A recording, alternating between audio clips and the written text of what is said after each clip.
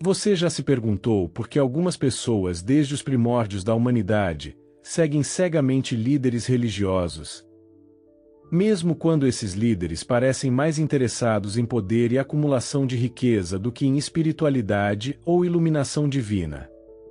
O filósofo alemão Friedrich Nietzsche não só fez essa pergunta, como construiu uma teoria ousada e altamente polêmica sobre como os falsos profetas manipulam as massas em nome de Deus.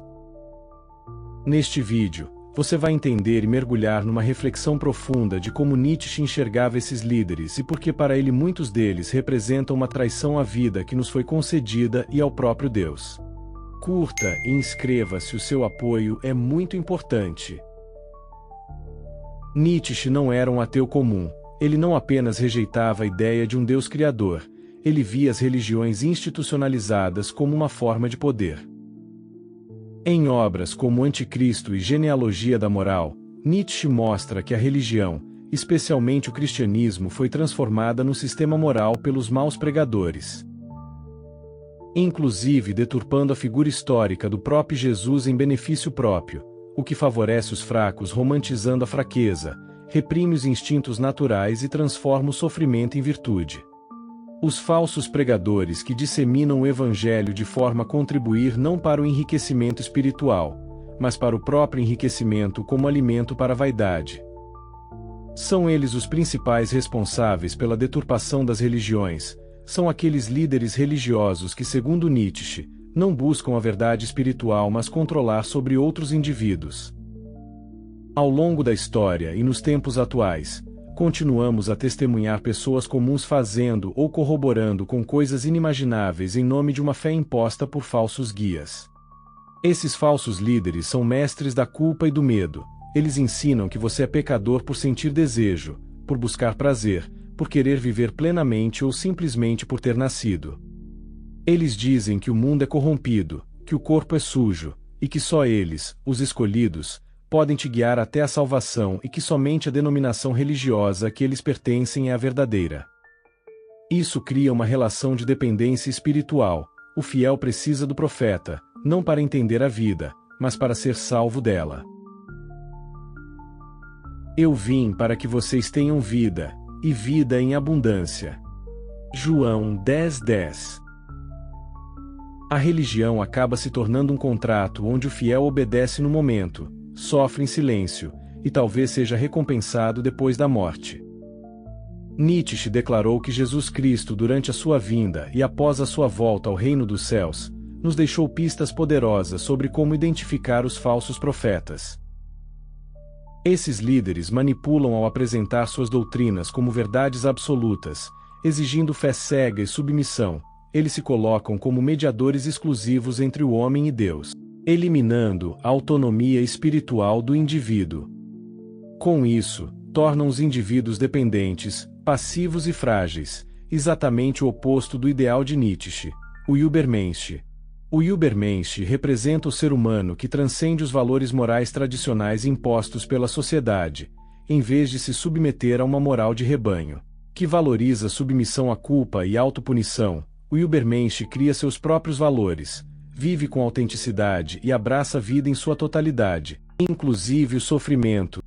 Ele é aquele que diz sim à existência, que transforma o caos em criação e que assume plena responsabilidade pelo seu ser e destino. Não é um ideal de perfeição, mas de separação. Uma convocação para que o ser humano se torne aquilo que é, sem máscaras, sem dogmas, sem medo. Em suma, os falsos guias são figuras que traem o dom da vida, que alimentam a culpa para obter poder, e que perpetuam uma moral decadente.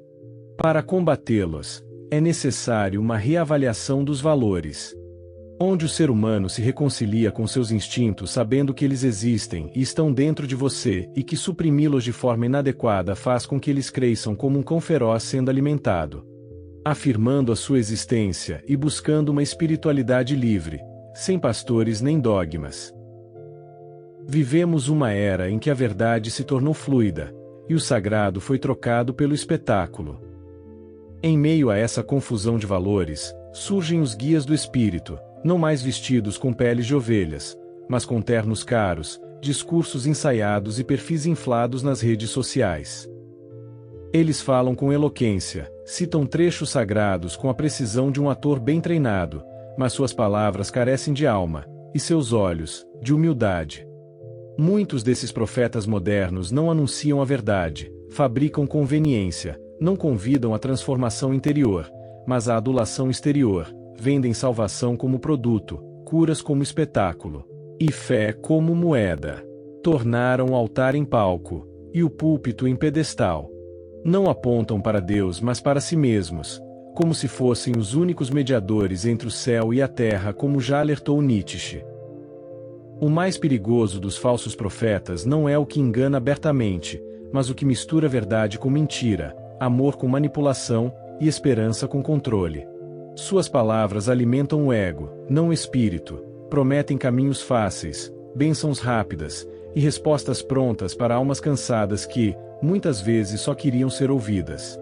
É tempo de vigilância, e em tempos de crise, a carência espiritual nos torna vulneráveis a qualquer voz que prometa sentido, mas devemos lembrar. Não se conhece a árvore pela aparência de suas folhas, mas pelos frutos que dá. Palavras com brilho não significam luz, e nem todo milagre é divino, alguns são apenas distrações disfarçadas. Desconfiar não é falta de fé, mas maturidade espiritual. Buscar a verdade exige coragem, principalmente quando ela desmonta os ídolos que construímos, porque no fim, o maior falso profeta pode não estar no púlpito. Mas dentro de nós, é o ego que deseja ser enganado, desde que o engano seja confortável. Não é outro Deus nem uma nova igreja saída para o abismo que nos cerca. O que o mundo precisa não é de mais promessas celestiais, mas de um novo tipo de ser humano, um ser livre, consciente e justo, que não se ajoelha diante do medo, que não vive em busca de redenção, que tem coragem de caminhar com os próprios pés com a graça que nos foi dada pelos céus. A verdadeira espiritualidade não está no sacrifício, na culpa ou na fuga para um paraíso prometido por um guia com caráter duvidoso e contaminado pela luxúria e pela vaidade. Mas sim na coragem de viver intensamente o aqui e agora. Nietzsche nos convida a questionar. Ele nos alerta para desconfiar veementemente de quem diz ter todas as respostas, de quem se apresenta como guia infalível, porque o verdadeiro inimigo da liberdade não é o pecado, é a mentira disfarçada de fé, é a moral que escraviza, sufoca e adormece a vontade de potência. O novo ser humano que Nietzsche sonhava não espera por um milagre, ele se transforma em milagre, ele é o artista da própria existência, o escultor de si mesmo, e sua obra-prima é uma vida vivida com autenticidade, coragem e amor pelo destino. Se este vídeo falou com você, curta, compartilhe, inscreva-se e deixe a sua opinião nos comentários.